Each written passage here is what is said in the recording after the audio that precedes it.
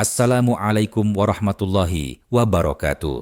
Alhamdulillahirabbil alamin. Segala puji hanya bagi Allah, Tuhan semesta alam, yang mengajarkan kita melalui ayat-ayatnya kisah-kisah masa silam sebagai pelita bagi perjalanan kita hari ini dan esok. Shalawat serta salam senantiasa tercurah kepada junjungan kita, Nabi Muhammad, pembawa risalah kebenaran, yang melalui lisannya telah menyampaikan peringatan bagi umat ini agar tidak mengulangi kesalahan bangsa-bangsa terdahulu.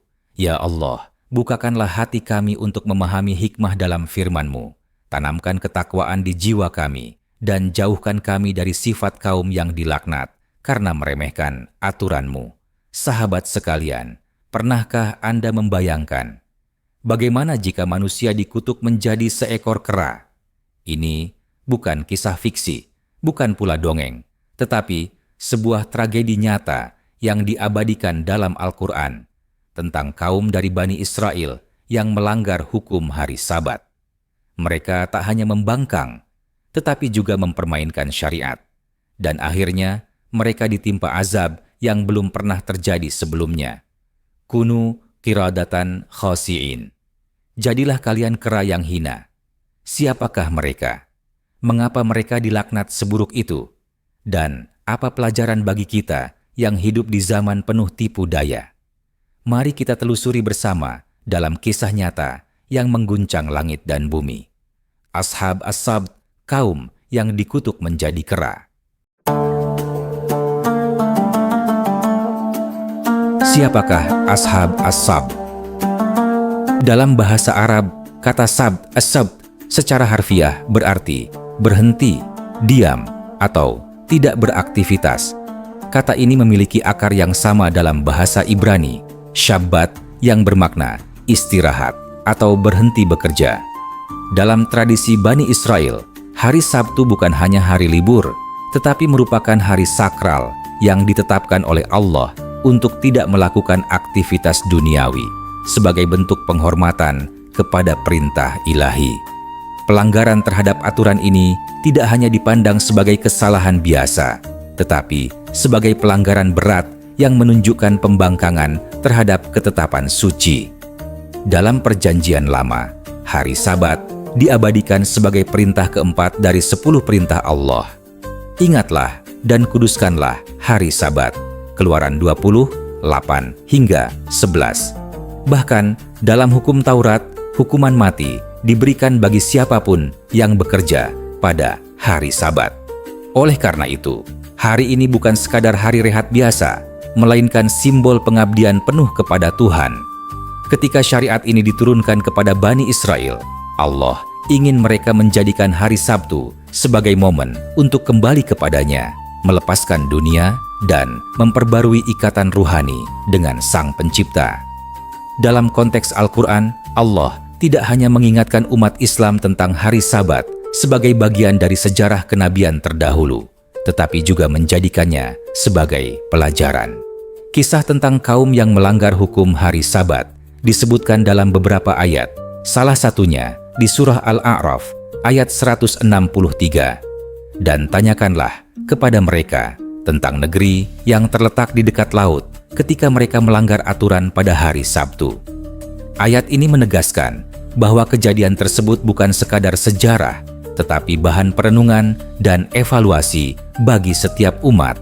Larangan ini tampak sederhana, namun Allah sedang menguji ketaatan mereka pada hal-hal yang secara lahiriah tidak sulit dilakukan. Hari Sabat adalah ujian terhadap disiplin spiritual dan penghormatan terhadap aturan ilahi. Seperti halnya ibadah kita sekarang, banyak yang tampak ringan, namun mengandung kedalaman makna ketundukan yang sangat tinggi. Pelanggaran terhadap hari Sabat menjadi titik awal degradasi moral yang akhirnya mendatangkan kutukan. Ketika makna Sabat ini dilanggar dengan tipu daya, seperti yang dilakukan kaum tersebut, yaitu tetap menjebak ikan pada hari Jumat dan mengambilnya pada hari Ahad, Allah murka bukan hanya karena tindakan lahiriah mereka, tetapi juga karena sikap hati yang memanipulasi hukum. Mereka berusaha menipu hukum Tuhan, seolah-olah hanya bentuk lahiriah yang Allah lihat, padahal yang dinilai adalah niat, ketaatan, dan ketulusan. Inilah puncak dari spiritualitas yang rusak, ketika manusia mengira bisa mempermainkan Tuhan dengan akalnya. Kisah Ashab As-Sabt bukan hanya tentang pelanggaran aturan hari Sabtu, tetapi tentang pemberontakan spiritual yang dibungkus dalam kepatuhan semu. Ini adalah pelajaran abadi tentang bahaya membungkus kemaksiatan dalam kemasan syariat dan mempermainkan hukum ilahi demi keuntungan duniawi. Maka, kisah ini melampaui sekadar sejarah. Ia adalah cermin zaman. Al-Quran menyebut kisah kaum Sabat secara eksplisit dalam beberapa surah. Surah Al-Baqarah ayat 65 menegaskan peristiwa penting ini. Dan sungguh kalian telah mengetahui orang-orang di antara kalian yang melanggar perintah pada hari Sabtu. Maka kami katakan kepada mereka, jadilah kalian kera yang hina. Kalimat ini menggambarkan ketegasan Allah dalam menindak mereka yang mempermainkan perintahnya. Perubahan bentuk menjadi kera bukan hanya hukuman fisik, melainkan juga simbol kehinaan spiritual yang menyertainya. Ayat lain yang menjelaskan detail peristiwa tersebut adalah Surah Al-A'raf ayat 163 sampai 166. Allah menggambarkan mereka sebagai penduduk sebuah negeri pesisir, Al-Qaryah Al-Lat'akanat Hadirat Al-Bahr, yang melanggar perjanjian dengan sengaja. Dalam ayat ini disebutkan bahwa pada hari Sabtu, ikan-ikan justru datang berlimpah-limpah, seakan mengundang mereka untuk melanggar, padahal pada hari-hari lain ikan-ikan itu tidak muncul. Inilah bentuk ujian yang halus namun sangat berat, seperti ujian kehidupan modern yang penuh jebakan materi di tengah larangan Tuhan. Narasi Qur'ani ini bukan sekadar kisah moral. Ia menyiratkan bagaimana Allah menguji manusia bukan dengan kesulitan, tetapi dengan kelimpahan. Ketika kelimpahan itu datang di waktu yang dilarang, orang-orang yang rakus akan melanggar. Ini menjadi refleksi penting bahwa bukan kekurangan yang paling sering membuat manusia jatuh dalam dosa, melainkan kekayaan yang datang tidak sesuai aturan. Seperti dalam ayat itu, ikan-ikan menjadi simbol rezeki yang memikat hati, dan Sabat adalah pembatas spiritualnya. Ketika mereka melanggar, Allah tidak langsung menimpakan azab. Ayat-ayat tersebut menggambarkan adanya peringatan-peringatan dari sebagian kaum yang saleh yang mencoba menasihati, tetapi nasihat mereka diabaikan. Maka turunlah perintah Allah, jadilah kalian kera yang hina. Frasa ini mengandung dua makna penting, perubahan bentuk fisik dan penurunan derajat martabat manusia ke tingkat hewan, yaitu hilangnya akal dan rasa malu. Tidak ada perdebatan di kalangan ulama bahwa mereka benar-benar dikutuk menjadi kera. Tafsir Ibn Katsir, Ats-Tsabari, dan Al-Qurtubi secara tegas menjelaskan bahwa transformasi itu terjadi secara fisik. Mereka hidup selama beberapa hari dalam bentuk kera, tanpa kemampuan berpikir atau berkomunikasi secara manusiawi, lalu binasa tanpa keturunan. Ini bukan simbolik, ini adalah azab yang nyata, sebagaimana Allah berkuasa untuk mengubah manusia menjadi apa saja. Kisah dalam Al-Quran ini menampilkan satu sisi keadilan Allah yang sering kita abaikan, bahwa kesabaran Allah memiliki batas ketika hukumnya dipermainkan. Mereka tidak membunuh, tidak mencuri, tetapi mereka menyiasati syariat demi keuntungan dunia. Inilah puncak dari kesombongan spiritual, dan kutukan menjadi kera adalah bentuk terburuk dari kehinaan yang bisa ditimpakan pada manusia yang mengkhianati wahyu. Dalam berbagai kitab tafsir disebutkan bahwa kaum yang melanggar hukum Sabat ini adalah sebagian dari Bani Israel yang tinggal di daerah pesisir. Tempat itu dikenal dengan sebutan Ailah, yang kemungkinan besar terletak di kawasan yang kini disebut Tel Ailah atau kota Aqaba di perbatasan Yordania Arab Saudi. Letaknya sangat dekat dengan Laut Merah, menjadikannya wilayah yang kaya akan hasil laut, khususnya ikan, yang menjadi titik utama dalam kisah pelanggaran Sabat ini. Ibnu Katsir dalam tafsir Al-Quran Al-Azhim menyebut bahwa kaum ini adalah bagian dari keturunan Bani Israel yang menetap di sana setelah peristiwa Eksodus, keluarnya Nabi Musa dan kaumnya dari Mesir. Mereka membentuk komunitas nelayan yang makmur dan dikenal sebagai masyarakat yang cerdik secara ekonomi, namun sayangnya cenderung licik dalam urusan syariat. Ketika Allah menguji mereka dengan hukum Sabat, mereka mulai merancang skema pelanggaran yang tidak tampak secara lahiriah, tetapi sangat jelas secara spiritual. Letak geografis ini sangat penting untuk memahami konteks kisah. Sebagai masyarakat pesisir, mereka sangat tergantung pada laut. Larangan untuk tidak menangkap ikan pada hari Sabat berarti satu hari penuh kehilangan sumber penghasilan. Padahal justru pada hari itu, ikan-ikan berkumpul dalam jumlah besar yang oleh sebagian ahli tafsir dipahami sebagai ujian dari Allah. Dalam konteks ini, hukum Sabat tidak hanya menjadi ritual, tetapi menjadi benteng dari kerakusan. Selain dalam tafsir Islam, catatan sejarah Yahudi juga menyebutkan kota Eilat sebagai lokasi penting dalam sejarah bangsa Israel. Menariknya, Eilat adalah nama modern dari Ailah. Dalam Talmud dan Midrash Yahudi pun disebutkan adanya peringatan keras terhadap pelanggaran hari Sabat. Bahkan beberapa mencatat bahwa bencana-bencana besar menimpa komunitas Yahudi pesisir karena pelanggaran Sabat. Ini menjadi bukti bahwa kisah Ashab memiliki akar dalam memori kolektif Abrahamik. Beberapa arkeolog menyebutkan adanya reruntuhan kota tua di dekat Tel Ailah yang diduga merupakan pemukiman Bani Israel kuno. Meskipun belum ditemukan bukti langsung tentang perubahan fisik menjadi kera, temuan berupa tulisan kuno, struktur komunitas pesisir, dan pola perdagangan ikan menunjukkan bahwa kota tersebut pernah dihuni komunitas yang sangat bergantung pada laut. Temuan ini memperkuat latar kisah Ashab secara historis. Dengan demikian, kisah ini tidak terjadi di alam mitos, melainkan di tempat nyata yang bisa dilacak secara historis dan geografis. Dari lokasi tersebut, sebuah peristiwa spiritual besar terjadi.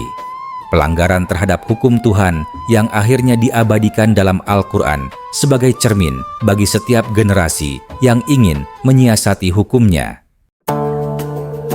Pelanggaran hukum hari Sabat. Dalam syariat yang diturunkan kepada Bani Israel, Allah menetapkan hari Sabat, Sabtu, sebagai hari yang harus disucikan, yakni hari di mana mereka dilarang melakukan aktivitas duniawi, termasuk mencari nafkah. Larangan ini tercantum secara tegas dalam Taurat, bahkan diperkuat dalam literatur Yahudi seperti Talmud. Hari Sabat bukan hanya hari istirahat jasmani, tetapi lambang dari penyerahan diri sepenuhnya kepada Allah. Setiap pelanggaran atas larangan ini dipandang bukan sekadar tidak taat, melainkan bentuk pembangkangan yang sangat serius terhadap perintah Tuhan. Al-Quran tidak merinci secara tekstual isi larangan Sabat, tetapi ayat-ayatnya menegaskan bahwa ada kaum dari Bani Israel yang secara sistematis melanggarnya. Hal ini menjadi penegasan bahwa ibadah tidak cukup hanya dilakukan dengan ritual lahiriah, namun harus pula menaati hukum yang mengikat kehidupan sosial dan ekonomi. Hari Sabat menjadi semacam batas sakral dalam hidup mereka, ujian kesabaran dalam menahan nafsu, mencari rezeki ketika dilarang oleh Allah. Allah tidak menetapkan larangan tersebut tanpa sebab. Dalam tradisi Bani Israel, mereka mendapatkan keistimewaan sebagai umat pilihan ketika menaati hukum-hukum Tuhan. Maka, ketika sebagian dari mereka mulai melanggar atau mencari celah dalam hukum itu, justru disitulah integritas spiritual mereka diuji. Hari Sabat menjadi pembeda antara yang jujur dan yang munafik, antara yang sabar dan yang tergesa-gesa menuruti syahwat dunia. Larangan Allah terhadap berburu pada hari Sabat secara khusus ditujukan kepada komunitas yang menggantungkan hidupnya dari laut. Ini menuntut tingkat kepatuhan yang tinggi karena berkaitan langsung dengan kebutuhan harian. Namun, yang membuat ujian ini lebih berat adalah kenyataan bahwa Allah dalam pengaturannya membuat ikan-ikan justru muncul secara berlimpah pada hari Sabtu. Ini bukan kebetulan, tetapi bentuk ujian yang disengaja oleh Allah untuk menyingkap siapa di antara mereka yang jujur dalam taat. Allah berfirman dalam surah Al-A'raf ayat 163, ikan-ikan datang kepada mereka pada hari Sabat dengan nampak di permukaan air, dan pada hari-hari bukan Sabat, ikan-ikan itu tidak muncul. Ini adalah ujian nyata. Ketika dunia menggoda, hanya yang kuat imannya yang akan bertahan. Ini juga mengajarkan bahwa ketaatan tidak hanya diuji dalam penderitaan, tapi seringkali diuji dalam kelimpahan dan godaan. Larangan Sabat bukan tentang berhenti bekerja semata, melainkan tentang pengakuan atas kedaulatan Tuhan. Ketika manusia rela meninggalkan keuntungan materi demi menaati perintahnya, disitulah hakikat ibadah muncul. Namun kaum Sabat tidak memilih jalan itu. Mereka merancang tipu daya agar secara lahiriah tampak taat, padahal secara batin mereka menentang. Dan disinilah awal kejatuhan mereka dimulai. Kaum Sabat bukanlah pelanggar hukum secara terang-terangan. Mereka tidak menangkap ikan pada hari Sabtu secara langsung, karena mereka tahu hal itu terlarang dan akan mendatangkan murka Allah. Namun, mereka mencari cara untuk mengakali hukum Tuhan dengan membuat saluran air atau jebakan ikan pada hari Jumat, sehingga ikan-ikan itu masuk dan terperangkap. Lalu, pada hari Ahad, Minggu, mereka mengambilnya dan mengklaim bahwa mereka tidak melanggar hukum Sabat karena tidak melakukan penangkapan pada hari larangan. Tindakan ini tampak cerdas di permukaan. Mereka tidak secara fisik melanggar aturan pada hari Sabtu, namun substansi pelanggaran tetap terjadi. Dalam istilah syar'i, inilah bentuk dari hiyal atau tipu daya terhadap hukum. Allah melihat bukan hanya pada perbuatan, tetapi pada niat dan kecerdikan jahat di balik tindakan itu. Dalam tafsir Ibnu Ashur disebutkan bahwa inilah bentuk penghinaan terhadap wahyu, karena hukum Allah bukan untuk dipermainkan, tetapi ditaati dengan ketundukan hati. Muslihat kaum Sabat menunjukkan gejala awal penyakit spiritual yang lebih dalam, hilangnya rasa takut kepada Tuhan, dan munculnya keyakinan bahwa hukumnya bisa dimanipulasi. Mereka tidak menolak hukum secara terang-terangan, tetapi mereka mempermainkannya. Mereka masih berbicara tentang Sabat, namun tidak lagi menjaganya. Mereka tampak religius, namun penuh kemunafikan. Ini adalah wajah dari kepalsuan keimanan yang sangat berbahaya. Tafsir Al-Qurtubi dan Al-Baghawi menegaskan bahwa dosa mereka bukan semata karena menangkap ikan, tetapi karena mereka menipu Allah. Mereka memancing tanpa kail, mereka menyusun perangkap tanpa terlihat. Mereka menciptakan sistem yang secara syariah tampak benar, namun hakikatnya penuh kebohongan. Inilah bentuk awal dari tahqir asy-syariah, meremehkan syariat Allah dengan menciptakan ilusi ketaatan. Sikap mereka menunjukkan bahwa ketika hawa nafsu dikedepankan di atas wahyu, manusia sanggup merasionalisasi dosa sebagai sesuatu yang halal. Seperti yang terjadi hari ini, banyak bentuk pelanggaran syariat yang dibungkus dengan istilah modern, manipulasi riba yang diberi nama bunga, eksploitasi diberi label investasi, dan pelacuran disamarkan sebagai hiburan. Semua ini adalah cermin dari sikap kaum Sabat yang menyiasati hukum Tuhan. Dalam Islam, Rasulullah memperingatkan agar umatnya tidak mengikuti jejak mereka. Dalam hadis riwayat Abu Hurairah, Rasul bersabda bahwa akan datang suatu kaum dari umatku yang melakukan perbuatan seperti kaum Sabat. Namun mereka akan mengatakan, kami tidak bermaksud melanggar. Maka, muslihat terhadap hukum bukan hanya dosa masa lalu, tetapi penyakit yang terus mengintai setiap umat jika tidak ditangkal dengan keikhlasan dan ketakwaan sejati. Dalam peristiwa kaum Sabat, masyarakat terbagi menjadi 3 kelompok utama. Pertama, mereka yang terang-terangan melanggar hukum Sabat dengan menyiasati hukum Allah. Kedua, mereka yang secara aktif menasihati dan melarang perbuatan tersebut. Dan ketiga, kelompok yang tidak melanggar, tetapi memilih diam, tidak menegur, dan tidak pula ikut. Ketiga kelompok ini diabadikan oleh Allah dalam surah Al-A'raf ayat 164. Mengapa kamu menasihati kaum yang akan dibinasakan oleh Allah atau yang akan diazab dengan azab yang sangat keras? Kelompok penegur merasa punya tanggung jawab moral dan spiritual untuk memperingatkan. Mereka tahu bahwa jika kejahatan dibiarkan tanpa nasihat, murka Allah bisa menimpa seluruh masyarakat. Dalam tafsir Ibn Katsir, dijelaskan bahwa para ulama berbeda pendapat tentang kelompok ketiga, apakah mereka juga diselamatkan atau tidak.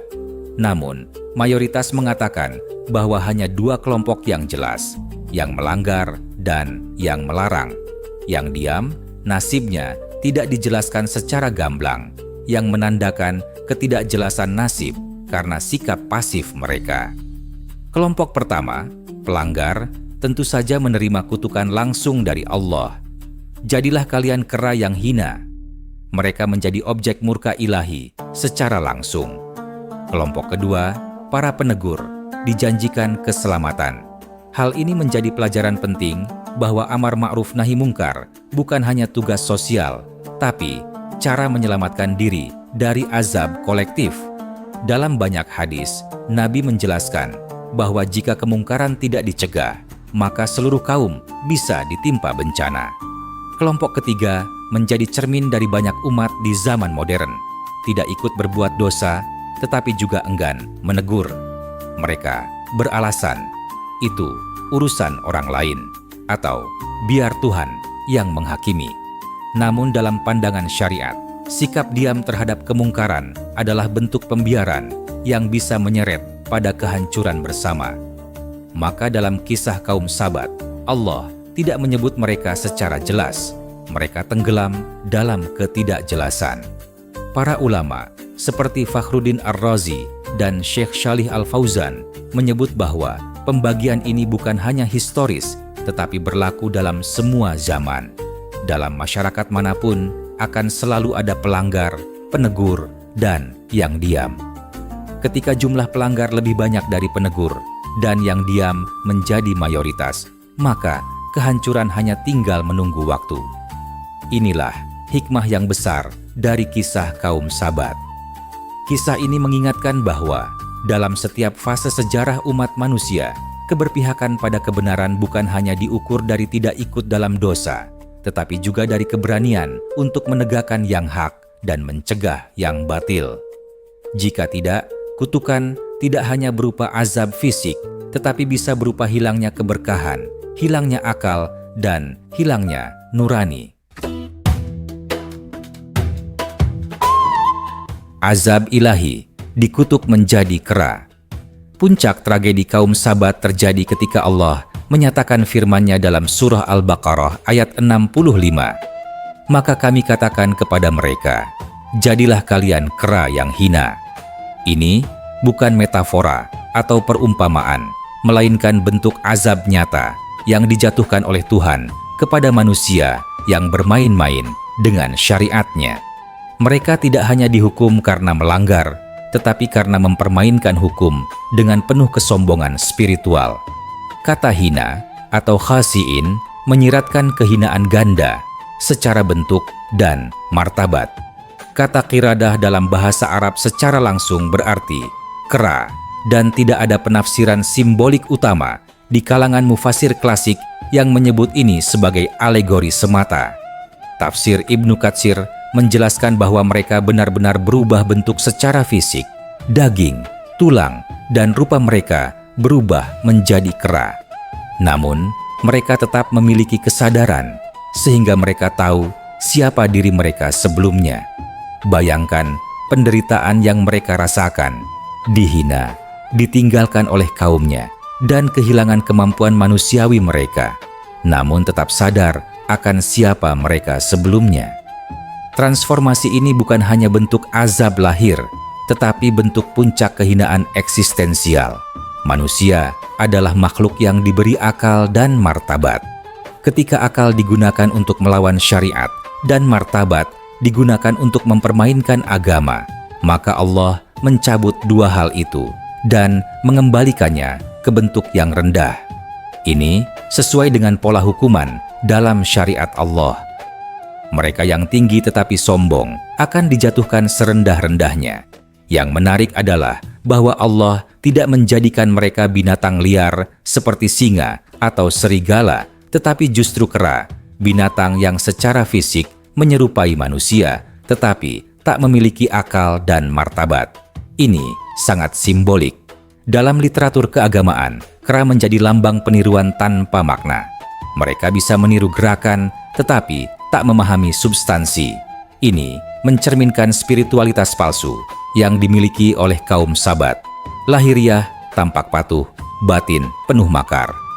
Tafsir Al-Qurtubi menjelaskan bahwa Allah mengutuk mereka hanya untuk beberapa hari saja. Setelah berubah menjadi kera, mereka hidup beberapa hari dan kemudian mati tanpa keturunan. Ini penting karena sebagian pemeluk agama lain memiliki keyakinan salah bahwa kera atau monyet modern adalah keturunan manusia. Al-Quran dan hadis menolak keyakinan ini. Rasulullah bersabda dalam hadis sahih riwayat Muslim, "Sesungguhnya Allah tidak menjadikan keturunan dari mereka yang dikutuk. Mereka tidak makan dan tidak minum, kemudian mati."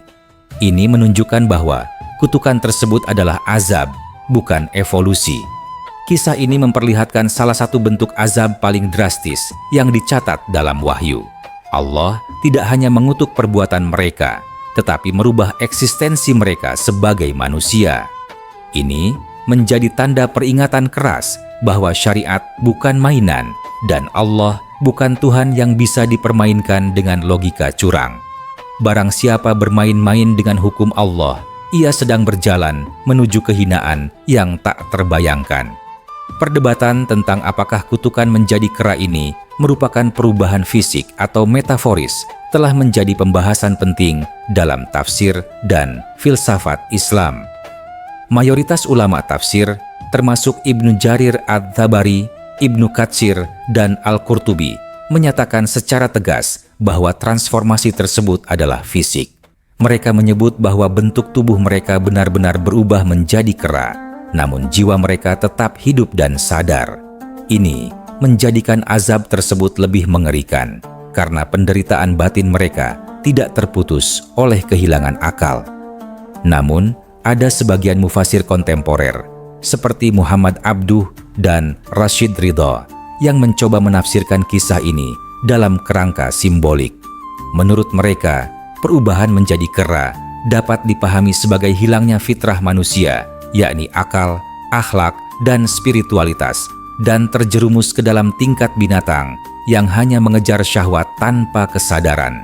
Dalam pandangan ini, menjadi kera adalah sebuah keadaan moral dan spiritual yang sangat rendah, meskipun bentuk fisiknya tetap manusia. Pendekatan simbolik ini bukan tanpa alasan. Dalam Al-Quran, Allah sering menggunakan perumpamaan, seperti dalam ayat tentang hati yang keras menjadi seperti batu. Namun, dalam kasus Ashab As-Sabt, ayat-ayatnya sangat literal dan kuat, ditambah dengan hadis-hadis Nabi yang menguatkan bahwa perubahan bentuk itu benar-benar terjadi. Karena itu, tafsir mayoritas tetap menegaskan bahwa azab tersebut adalah perubahan fisik secara nyata, bukan perumpamaan. Jika perubahan tersebut adalah simbolik, mengapa Allah menggunakan bentuk kera, bukan binatang lain? Karena dalam budaya Semitik, kera adalah simbol dari keserupaan semu. Ia mirip manusia, tetapi tidak manusia. Ini adalah bentuk hinaan paling menyakitkan bagi makhluk yang pernah dimuliakan Allah. Manusia yang mestinya menjadi khalifah, kini justru kehilangan seluruh kehormatan karena durhaka. Ini adalah pesan moral paling dalam dari kisah ini. Yang pasti, baik perubahan itu dipahami secara fisik ataupun moral, pelajaran utamanya tetap sama. Manusia yang menyiasati syariat Allah, bahkan dengan alasan tidak langsung melanggar, tetap akan mendapat azab. Baik dalam bentuk kerusakan fisik, kerusakan spiritual, atau keduanya. Kera bukan hanya bentuk makhluk, tapi simbol kemunduran fitrah manusia yang sudah tidak bisa lagi diangkat kembali. Dan jika kita melihat masyarakat hari ini yang mempertontonkan kemungkaran, mengejar syahwat, dan menertawakan agama, bukan tidak mungkin bahwa sebagian dari mereka sedang mengalami kutukan spiritual yang sama.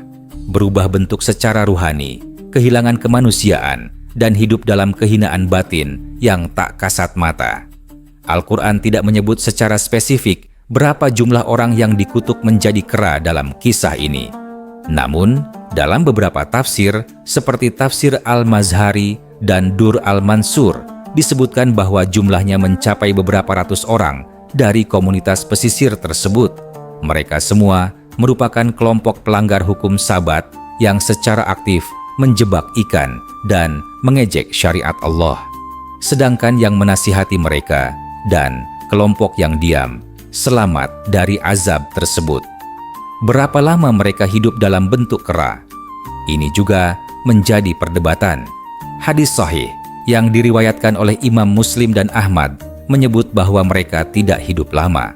Rasulullah bersabda bahwa mereka hanya hidup beberapa hari sebelum akhirnya mati dan tidak meninggalkan keturunan. Mereka bukan nenek moyang kera modern, bukan spesies baru hasil evolusi, melainkan manusia yang dikutuk menjadi kera, lalu binasa sebagai tanda azab yang tak pernah terjadi sebelumnya. Azab ini bersifat khas dan eksklusif untuk kaum tersebut. Allah menjadikannya sebagai pelajaran dan peringatan keras bagi semua umat setelahnya. Dalam Al-Quran, bentuk kutukan seperti ini sangat langka dan tidak diberlakukan kepada umat Islam, kecuali secara spiritual atau moral. Rasulullah bahkan berdoa agar umatnya tidak mengalami azab seperti umat terdahulu secara fisik. Namun, Rasul juga memperingatkan bahwa bentuk kehinaan spiritual akan tetap menimpa umat ini jika mengikuti jejak kaum terdahulu. Mengapa Allah tidak menjadikan mereka binatang lain? Karena kera merepresentasikan bentuk kemanusiaan yang hampa. Secara fisik, ia menyerupai manusia, tapi tak punya akal dan fitrah. Dalam hal ini, kutukan menjadi kera menyimpan makna yang sangat dalam. Ia bukan sekadar hukuman, tapi sindiran keras bagi manusia-manusia yang kehilangan tujuan hidup dan menjadikan hukum Tuhan sebagai permainan. Dalam banyak tafsir, disebutkan bahwa kaum lain dari Bani Israel yang melihat perubahan ini menjadi ketakutan dan kembali kepada Allah. Namun, ketakutan itu hanya berlangsung sebentar karena generasi berikutnya kembali durhaka. Ini menunjukkan bahwa azab fisik tidak selalu melahirkan taubat yang sejati. Taubat hanya lahir dari kesadaran batin yang bersih, bukan dari ketakutan semata. Kisah ini menunjukkan bahwa azab Allah bisa datang dalam bentuk yang tidak terduga. Ia bisa berupa kehilangan akal, perubahan bentuk, atau kehinaan kolektif. Dalam konteks dunia modern, bentuk azab yang mirip, meskipun tak kasat mata, bisa muncul dalam bentuk masyarakat yang kehilangan fitrah, hidup tanpa arah, dan menghalalkan segala cara atas nama kemajuan. Dan di sanalah cermin Ashab As-Sabt masih memantulkan bayangannya hingga kini. Perspektif hadis dan ulama tentang Ashab As-Sabt, kisah kaum Sabat, tidak hanya diabadikan dalam Al-Quran, tetapi juga ditegaskan dalam banyak hadis Nabi. Salah satu hadis yang paling dikenal terkait transformasi manusia menjadi hewan adalah riwayat dari Imam Bukhari dan Muslim, di mana Rasulullah bersabda, "Sesungguhnya Allah tidak menjadikan siapapun dari mereka yang dikutuk memiliki keturunan. Mereka tidak makan, tidak minum, lalu mereka binasa." Ini menegaskan bahwa perubahan bentuk menjadi kera bukanlah evolusi atau permulaan spesies baru, melainkan azab yang bersifat sementara namun mematikan. Ada pula hadis yang memperingatkan bahwa umat Islam suatu hari akan mengikuti jejak kaum terdahulu, sejengkal demi sejengkal, termasuk dalam bentuk pelanggaran terhadap hukum-hukum Allah. Dalam hadis riwayat Imam Ahmad, Rasulullah bersabda, "Akan ada dari umatku yang akan melakukan perbuatan seperti kaum Sabat, dan Allah akan menjadikan mereka seperti yang Allah lakukan terhadap mereka. Ini bukan berarti umat Islam akan secara fisik berubah menjadi kera, tetapi ada bentuk kehinaan spiritual dan sosial yang akan menimpa mereka yang mengikuti jejak kaum tersebut. Dalam riwayat lain dari Abu Hurairah disebutkan bahwa Rasulullah memperingatkan akan datangnya zaman ketika orang-orang akan meminum khamr dengan nama yang disamarkan, melakukan zina yang dinormalisasi, dan mempermainkan agama. Lalu Allah akan menimpakan kepada mereka azab secara tiba-tiba. Sebagian dijadikan kera dan babi atau ditelan bumi. Dalam konteks ini, dijadikan kera dan babi bisa dipahami sebagai bentuk perubahan moral dan sosial yang sangat rendah. Beberapa ulama mengaitkan hadis-hadis ini dengan apa yang disebut sebagai tasyabbuh atau penyerupaan secara ruhani. Mereka yang mengikuti hawa nafsu, mempermainkan agama, dan meniru budaya kafir dalam bentuk yang ekstrim dikatakan telah mengalami perubahan jiwa seperti kera atau babi. Kera menggambarkan peniruan tanpa makna, sementara babi melambangkan kebebasan syahwat tanpa batas. Maka, Rasulullah tidak hanya memperingatkan transformasi fisik, tetapi juga perubahan identitas dan karakter umat yang tidak menjaga agamanya. Namun demikian, mayoritas ulama hadis tetap membedakan secara tegas antara azab fisik yang pernah terjadi pada kaum Sabat dan ancaman spiritual yang menimpa umat Islam. Dalam tafsir Al-Azhari dan Syarh Sahih Muslim, dijelaskan bahwa perubahan bentuk fisik menjadi hewan hanya terjadi pada umat terdahulu sebagai bentuk hukuman langsung. Sedangkan pada umat Muhammad bentuknya lebih halus, yakni hilangnya rasa malu, hilangnya akal sehat, dan kebutaan terhadap kebenaran. Dengan demikian, hadis-hadis tentang transformasi menjadi hewan harus dipahami secara kontekstual. Dalam sejarah, itu pernah terjadi secara nyata. Namun, dalam masa kini, bentuknya bisa berupa kehinaan yang lebih berbahaya. Manusia yang hidup tanpa kendali diri, tanpa arah, dan tanpa tujuan mulia. Dan itulah bentuk kutukan yang terus mengintai umat ini bila meninggalkan wahyu. Rasulullah tidak hanya meriwayatkan kisah kaum Sabat sebagai sejarah masa lalu, tetapi menjadikannya sebagai pelajaran moral bagi umat Islam. Dalam khutbah-khutbah dan peringatan-peringatan beliau, kisah ini digunakan sebagai contoh nyata tentang bahaya menyiasati hukum Allah. Dalam beberapa riwayat, Rasulullah bahkan meneteskan air mata saat menceritakan kisah-kisah kaum terdahulu yang dibinasakan karena membangkang terhadap wahyu. Ini menandakan betapa beratnya konsekuensi dari pengkhianatan terhadap syariat. Dalam hadis riwayat Ibnu Majah, Rasulullah bersabda, "Sesungguhnya yang paling aku takutkan dari umatku adalah mereka yang mengikuti jejak Bani Israel dalam pelanggaran mereka." Beliau menekankan bahwa umat ini harus belajar dari sejarah, bukan mengulanginya. Kaum Sabat dijadikan sebagai titik ilustratif utama karena mereka tidak melanggar secara terang-terangan, tetapi dengan tipu daya, sesuatu yang sangat relevan dengan kondisi umat di akhir zaman. Rasulullah sangat tegas dalam memperingatkan umatnya agar tidak melakukan bentuk pelanggaran yang terselubung. Dalam hadis lain, beliau mengatakan, kelak akan datang suatu kaum yang meremehkan hukum Allah dengan menyiasatinya sebagaimana kaum terdahulu menyiasati hari Sabat. Umat Islam diingatkan untuk tidak bermain-main dengan hukum halal haram dan tidak menjadikan fatwa sebagai pembenaran hawa nafsu. Hukum Allah bukan mainan akal, tetapi titah yang harus ditaati dengan rendah hati. Salah satu sikap penting Rasulullah adalah tidak memberikan contoh tipu daya dalam agama. Beliau sangat menjaga agar hukum Islam tidak dipermainkan oleh celah-celah logika atau rekayasa sosial. Bahkan dalam urusan yang tampak kecil seperti salat, zakat, atau muamalah, beliau menekankan niat yang tulus dan pelaksanaan yang bersih dari unsur manipulasi. Dalam hal ini, Rasulullah menegaskan bahwa ketaatan kepada hukum Allah harus dilakukan dengan kesadaran ruhani, bukan hanya formalitas.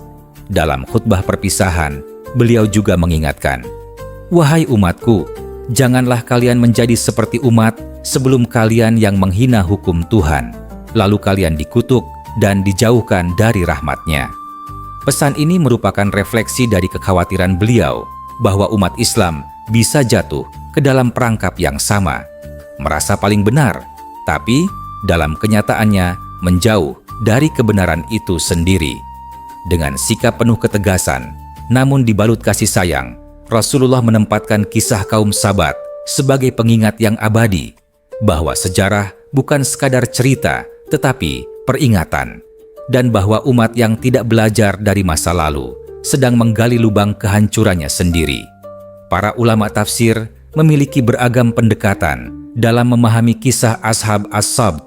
Mayoritas mereka memahaminya secara harfiah, bahwa perubahan bentuk menjadi kera benar-benar terjadi secara fisik sebagai bentuk azab langsung dari Allah. Di antara mereka adalah Imam Ibnu Jarir Ats-Tsabari, Imam Al-Qurtubi, dan Imam Ibn Katsir. Mereka menjelaskan bahwa azab semacam ini adalah bagian dari sunnatullah terhadap umat terdahulu yang mengkhianati hukum dengan tipu daya dan kemunafikan yang halus. Namun, tidak sedikit pula yang menafsirkan peristiwa ini dengan pendekatan moralistik. Ulama seperti Al-Ghazali dalam Ihya Ulumuddin menekankan bahwa manusia bisa saja berubah menjadi seperti kera secara batin, yakni kehilangan akhlak, rasa malu, akal sehat, dan hidup hanya dengan naluri. Dalam kerangka ini, kera menjadi simbol degradasi spiritual, dan kisah kaum Sabat menjadi cermin peringatan bagi mereka yang tetap berbentuk manusia, namun sudah kehilangan ruhani sebagai manusia.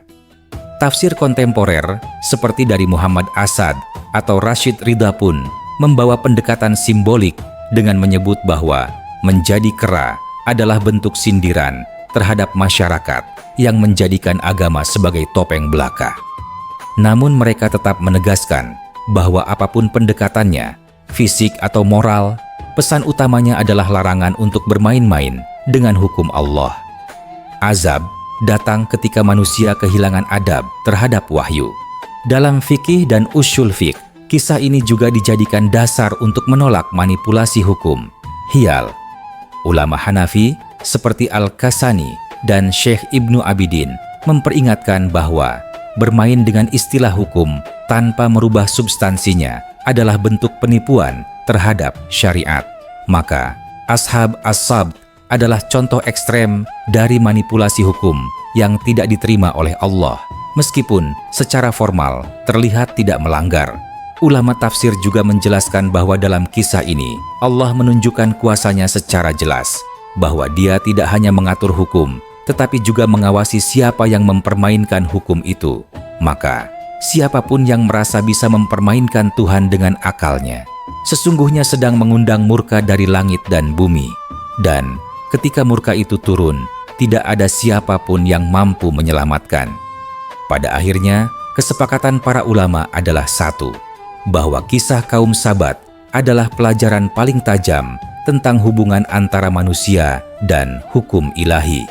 Mereka adalah peringatan abadi tentang bahayanya menyiasati syariat, dan bahwa Allah tidak hanya melihat perbuatan, tetapi juga niat dan tipu daya yang tersembunyi dalam hati manusia.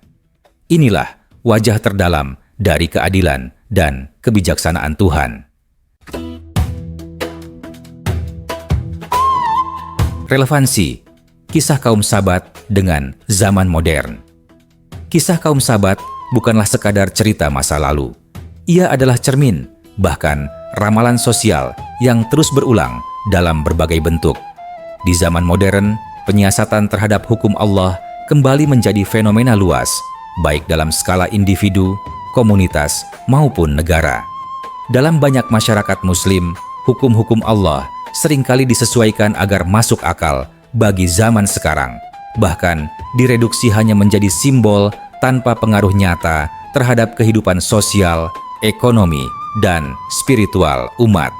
Contoh paling nyata adalah dalam sistem ekonomi.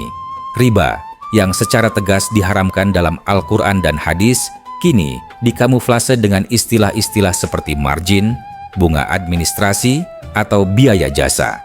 Bank-bank syariah pun tidak luput dari praktik semacam ini, yang dalam beberapa kasus hanya berbeda nama, namun tetap menjebak umat dalam lingkaran utang dan riba.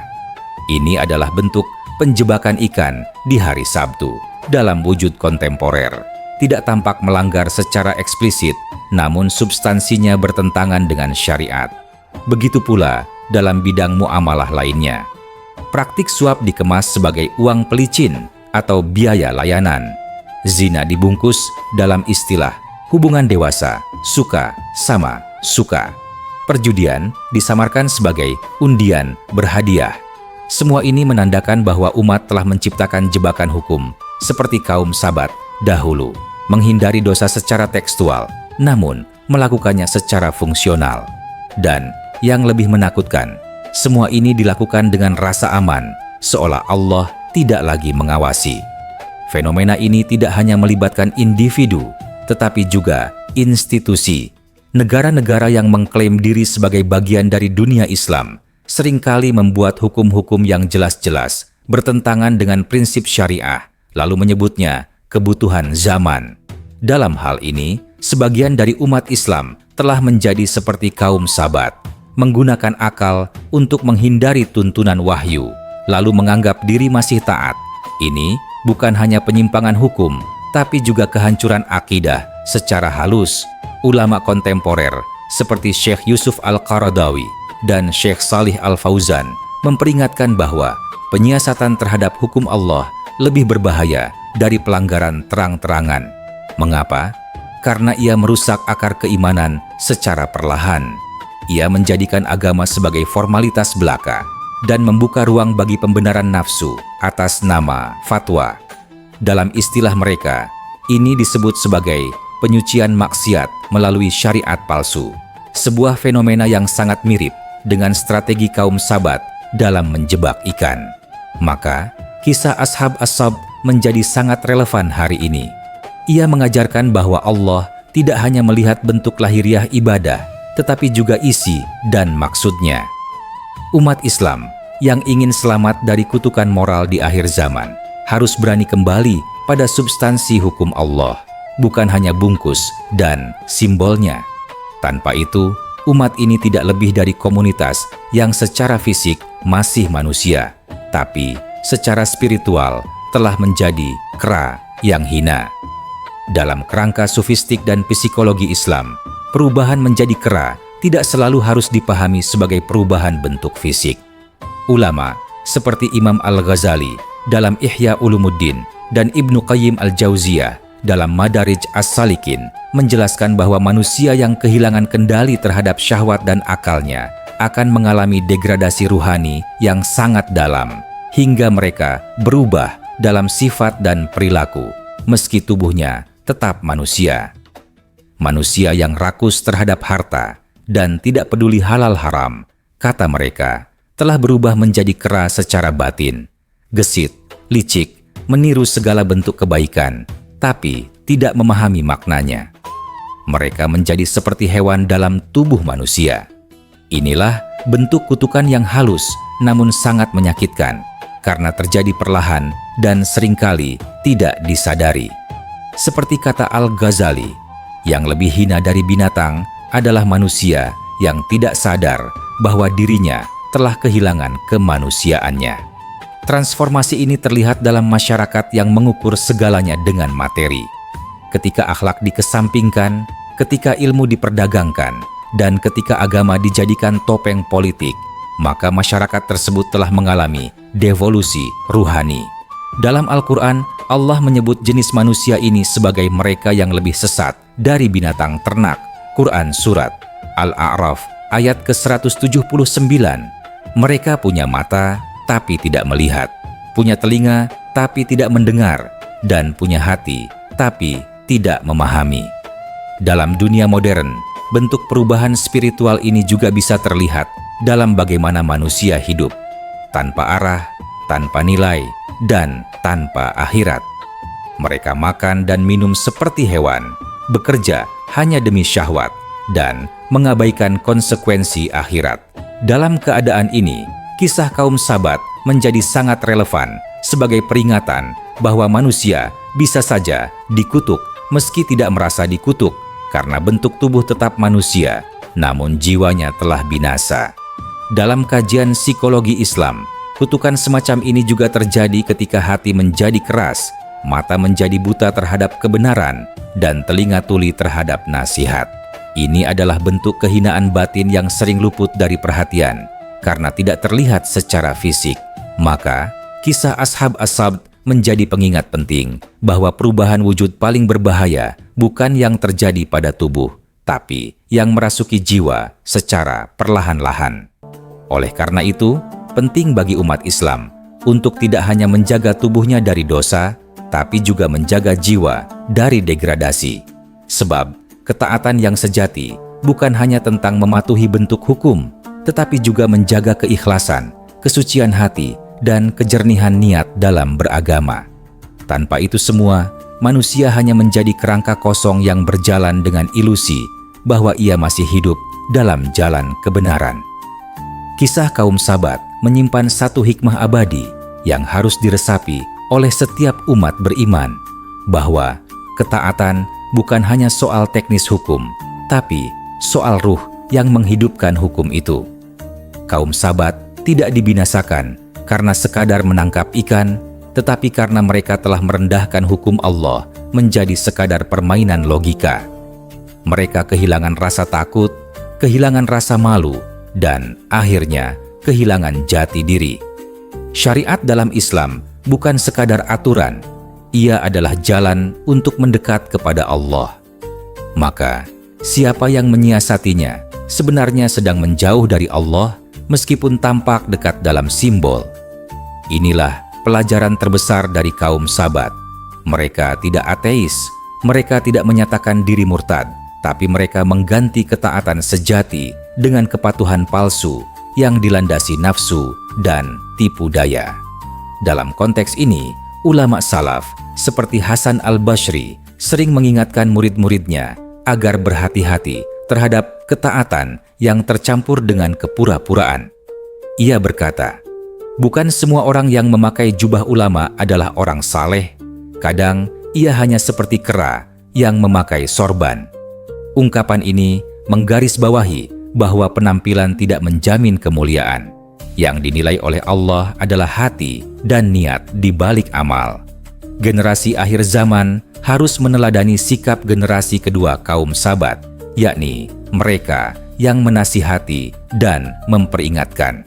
Mereka tidak diam, mereka tidak larut dalam dosa kolektif, dan mereka akhirnya diselamatkan. Ini menjadi isyarat bahwa dalam menghadapi kemungkaran sistemik, tugas seorang mukmin adalah bersuara, menasihati, dan menyelamatkan dirinya dengan amar ma'ruf nahi mungkar. Diam bukanlah sikap netral, tetapi bisa menjadi bagian dari kehancuran. Akhirnya, kisah kaum Sabat bukanlah kisah satu kaum, tetapi kisah semua zaman. Setiap generasi akan diuji dengan bentuk-bentuk Sabat baru, hukum yang disiasati, ketaatan yang dipalsukan, dan agama yang dijadikan kendaraan duniawi. Maka, siapa yang ingin selamat harus memegang hukum Allah bukan hanya di tangan, tetapi juga di hati. Sebab, hanya dengan ruh ketaatan yang jujur, syariat akan menjadi jalan keselamatan, bukan pintu kehancuran.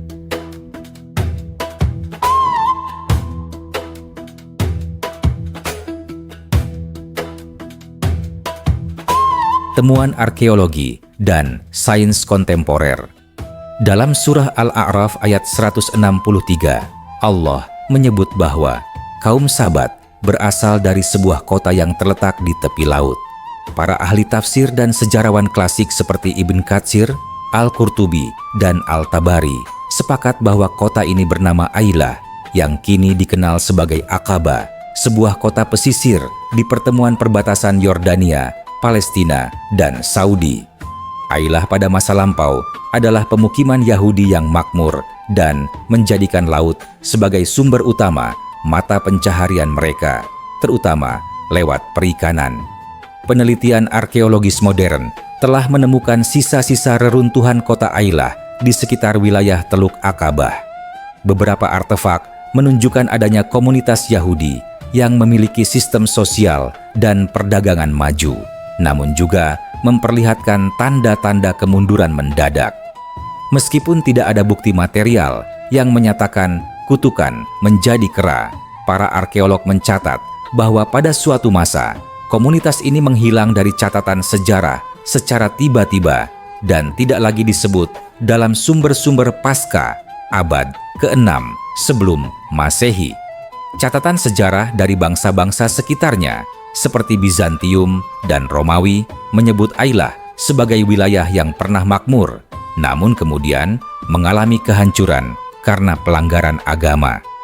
Sementara itu, dalam teks-teks Yahudi dan Apokrif, ada rujukan samar tentang komunitas di tepi laut yang dihukum karena mempermainkan hukum Sabat, meskipun tidak dijelaskan secara eksplisit bentuk hukumannya. Temuan arkeologi juga menunjukkan bahwa komunitas Yahudi di Ailah sempat mencoba menyiasati hukum agama dengan sistem peralatan mekanis laut yang canggih untuk zaman itu, seperti kanal-kanal kecil, pintu jebakan ikan, dan pengalihan arus. Ini mendukung narasi Al-Quran bahwa mereka tidak menangkap ikan secara langsung pada hari Sabtu, tetapi membuat sistem yang menjebak ikan agar dapat diambil pada hari berikutnya. Hal ini memperkuat kredibilitas wahyu sebagai sumber informasi sejarah yang autentik.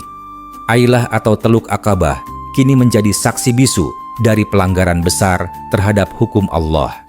Ia bukan sekadar wilayah geografi, tetapi simbol peringatan bagi umat manusia sepanjang masa bahwa pelanggaran terhadap wahyu tidak selalu berujung pada kehancuran fisik langsung, tetapi bisa berupa lenyapnya peradaban secara misterius, sebagaimana yang terjadi di kota-kota lain dalam sejarah seperti Sodom, Pompei, atau Mohenjo-daro. Semuanya hancur bukan karena sekadar bencana, tetapi karena peradaban yang menentang hukum ilahi. Pertanyaan ini sering muncul, apakah kera atau monyet modern adalah keturunan dari kaum Sabat yang dikutuk? Jawabannya, secara tegas menurut Islam, tidak. Dalam banyak hadis syahih, Rasulullah menyatakan bahwa mereka tidak makan, tidak minum, dan tidak memiliki keturunan. Hal ini menghapus kemungkinan bahwa spesies kera adalah hasil dari metamorfosis manusia terdahulu. Pandangan ini penting untuk menolak klaim evolusionisme Darwin yang menyatakan bahwa manusia berasal dari primata.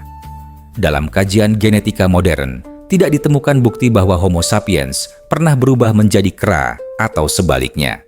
Analisis DNA menunjukkan bahwa meskipun manusia dan simpanse memiliki kesamaan struktur genetik sebesar plus 98%, perbedaan dalam konfigurasi dan ekspresi genetik menjadikan manusia unik, terutama dalam kesadaran, bahasa, dan spiritualitas.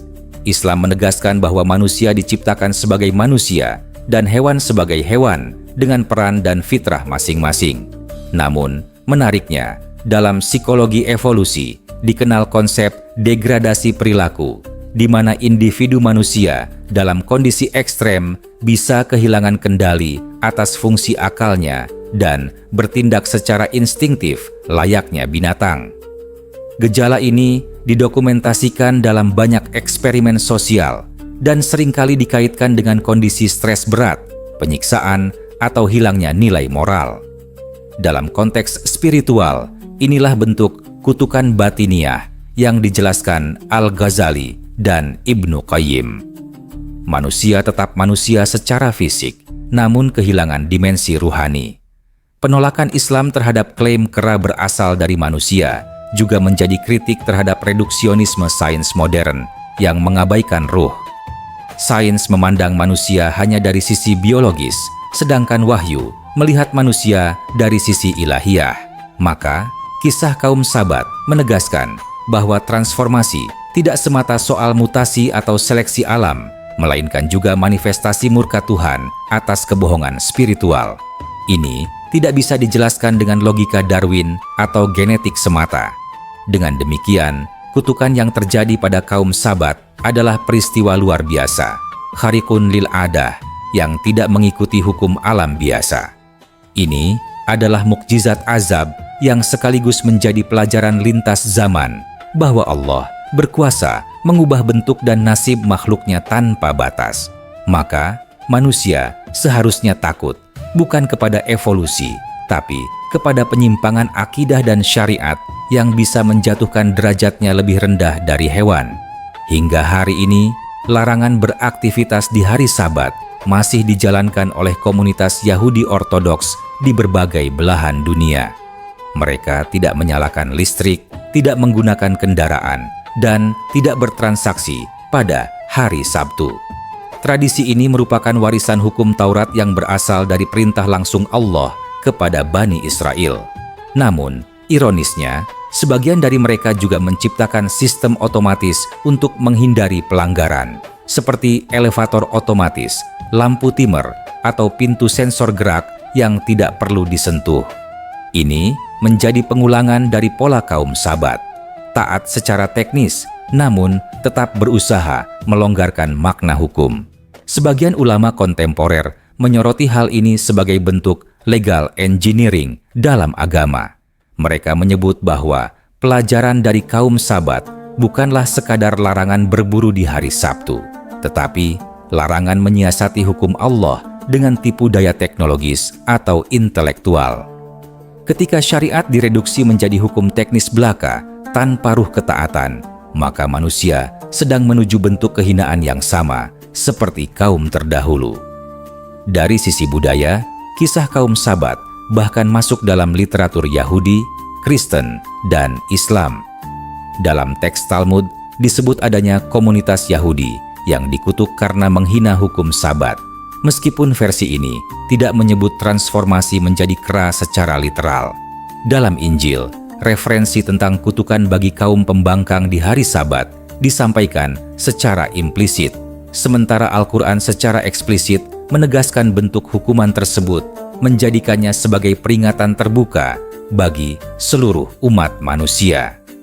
Kisah ini juga diabadikan dalam seni dan literatur. Dalam manuskrip Islam abad pertengahan, ada lukisan miniatur yang menggambarkan manusia berubah menjadi kera karena melanggar hukum Tuhan. Dalam budaya populer modern, banyak film dan cerita fiksi yang secara tidak sadar mengangkat tema ini tentang manusia yang kehilangan kemanusiaannya karena keserakahan, kemunafikan, dan pelanggaran terhadap hukum moral. Semua ini menunjukkan bahwa kisah kaum Sabat tidak berhenti di lembaran sejarah. Ia hidup dalam budaya, dalam sistem hukum, dalam tafsir sosial, dan dalam struktur psikologi kolektif manusia. Maka, kisah ini bukan hanya tentang siapa yang berubah menjadi kera, tapi tentang siapa yang masih manusia dan siapa yang diam-diam telah meninggalkan bentuk kemanusiaannya.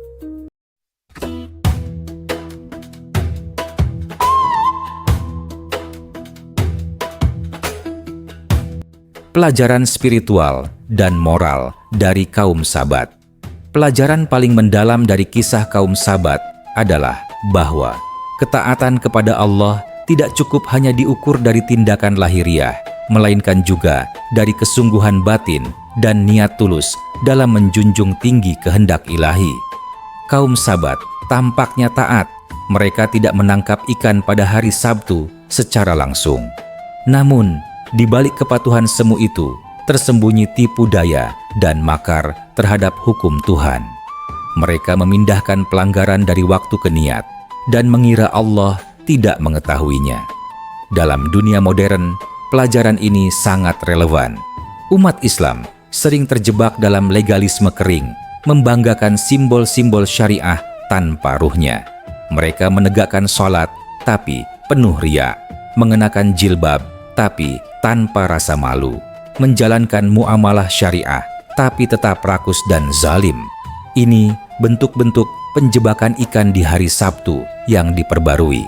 Manusia cenderung mempercantik amal lahiriah sambil mengabaikan pengkhianatan batin terhadap wahyu. Syariat harus dijalani bukan karena keterpaksaan, tapi karena cinta kepada Allah dan takut akan murkanya. Inilah ruh ketaatan yang hilang pada kaum Sabat. Mereka tidak menyukai larangan Allah, tapi tidak berani melanggarnya terang-terangan, maka mereka mencari celah.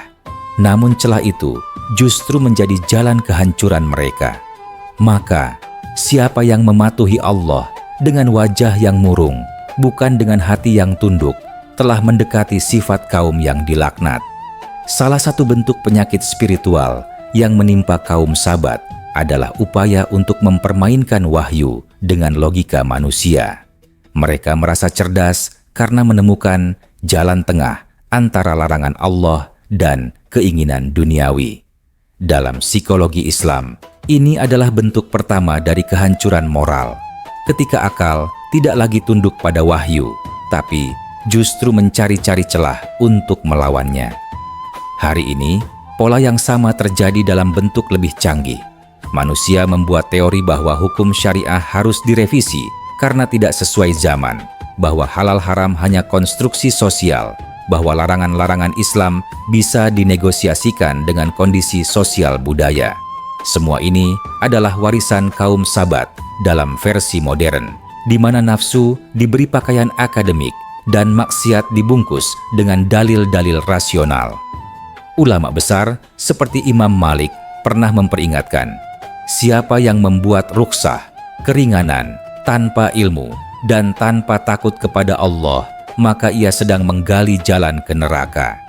Artinya, setiap upaya untuk mengakali syariat, meskipun nampak cerdas dan moderat, jika tidak didasari takwa dan keilmuan yang benar, bisa menjadi bentuk penentangan terselubung terhadap hukum Allah. Itulah yang dilakukan oleh kaum Sabat, dan itulah yang akan menghancurkan umat ini jika diulang kembali. Al-Quran secara halus membagi kaum Sabat menjadi 3 golongan.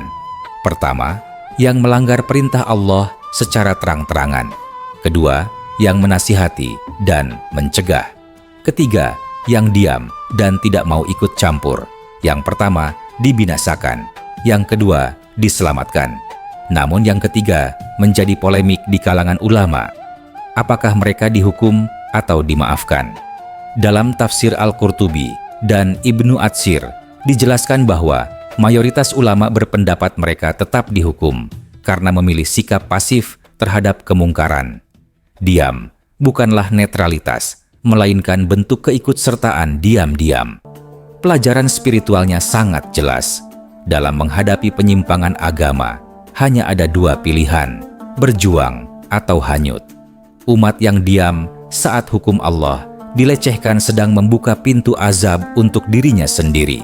Maka, siapa yang ingin selamat dari kutukan zaman harus menjadi seperti kelompok penegur dalam kisah Ashab As-Sabb, menyuarakan kebenaran meski ditolak, menasihati meski dicemooh, dan menjaga diri meski harus sendirian.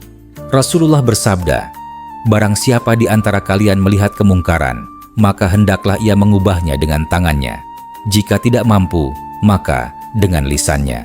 Jika tidak mampu, maka dengan hatinya. Dan itu adalah selemah-lemahnya iman. HR Muslim.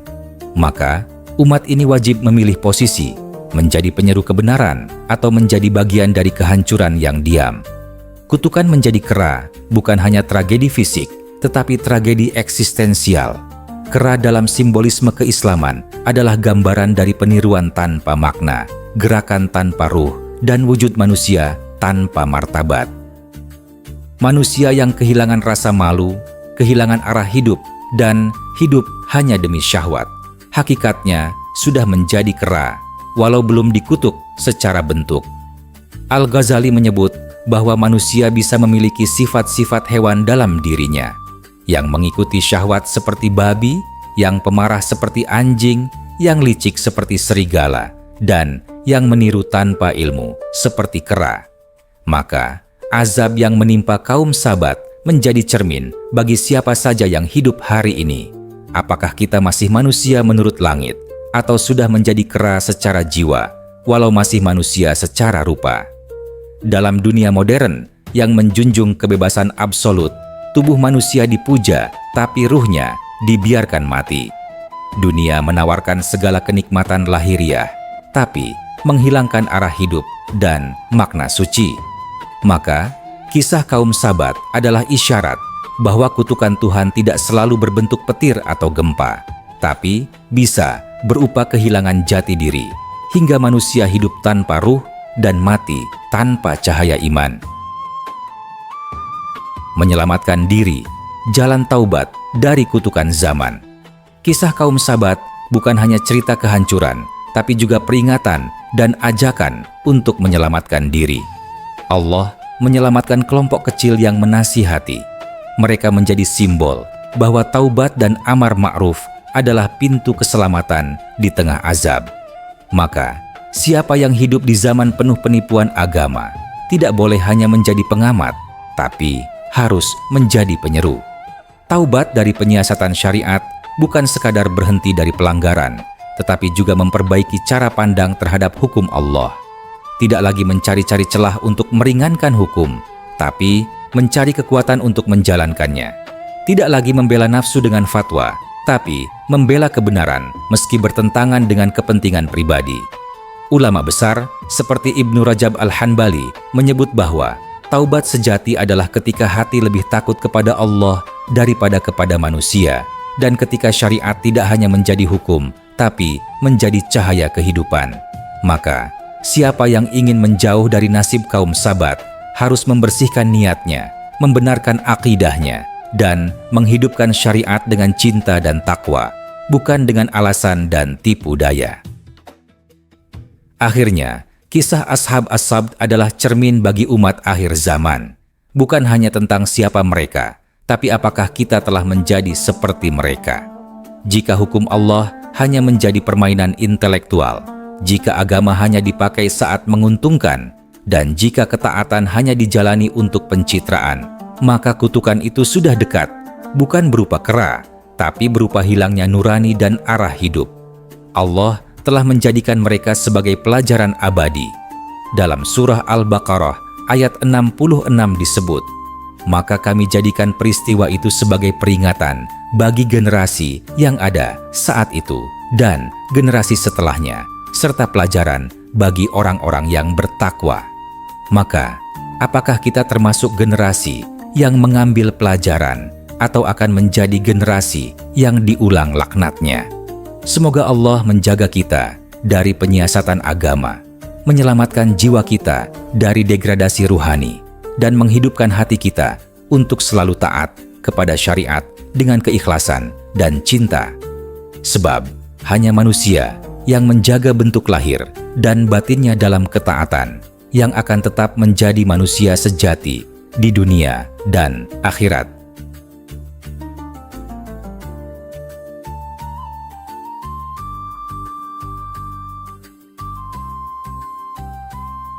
Alhamdulillahi Rabbil Alam. Segala puji bagi Allah yang telah mempertemukan kita dalam satu perjalanan ilmu, satu perenungan, satu pelajaran dari sejarah yang tak sekadar untuk dibaca, tapi untuk dijaga, agar tak terulang. Semoga kisah tentang kaum Sabat bukan sekadar cerita tentang mereka, tapi cermin bagi kita semua untuk bertanya dalam-dalam, apakah kita telah setia pada syariat atau diam-diam menyiasatinya? Ya Allah, jauhkan kami dari azab yang tersembunyi, dari kutukan yang tidak kasat mata, dari hati yang membeku dalam kehinaan, padahal tubuh kami masih terlihat sujud.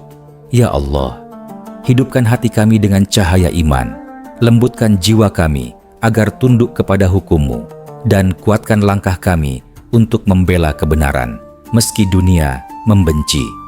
Shalawat dan salam semoga tercurah kepada Sayyidina Muhammad, penutup para nabi, yang telah memperingatkan kami jauh sebelum bencana itu datang, dengan kasih sayang dan air mata yang tulus. Semoga kita bukan termasuk umat yang mengulangi jejak kehinaan, tapi menjadi umat yang menjaga warisan kenabian dengan hati yang jujur, lisan yang lurus, dan amal yang bersih. Subhanakallahumma wa bihamdik asyhadu an la ilaha illa anta astaghfiruka wa atubu ilaik. Sampai jumpa kembali di pertemuan ilmu berikutnya dalam cahaya hidayah dan kasih sayang Allah yang tak bertepi. Wassalamualaikum warahmatullahi wabarakatuh.